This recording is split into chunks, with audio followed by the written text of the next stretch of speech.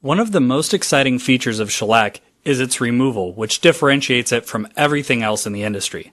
New technology and advanced science enable shellac to be easily removed within 10 minutes. There are many factors involved, which all begins during application.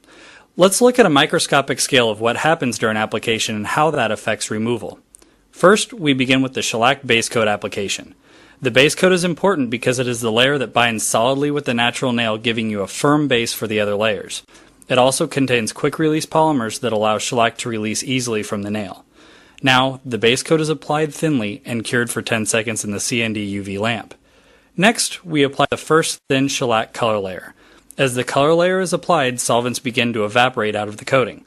This continues during the curing process with the CND UV lamp.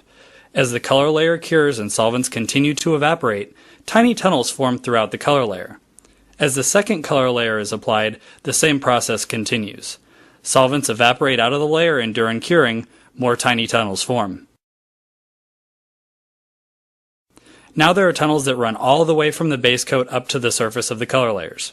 Finally, we apply the shellac top coat. Solvents evaporate out of the top coat, and when the curing begins, tiny tunnels start to form.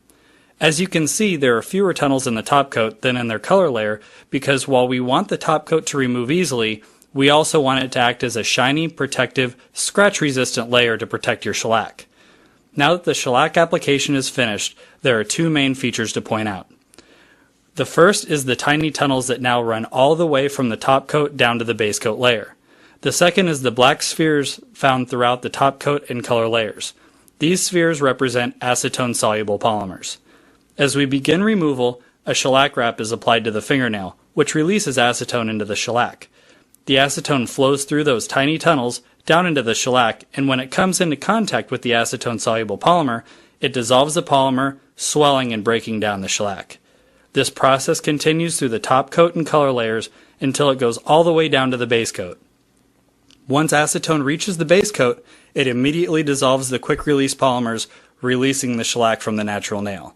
Now twist and pull the wrap from the nail, which will remove most of the shellac pieces. Then, if necessary, lightly flake away any remaining bits from the nail using an orange wood stick.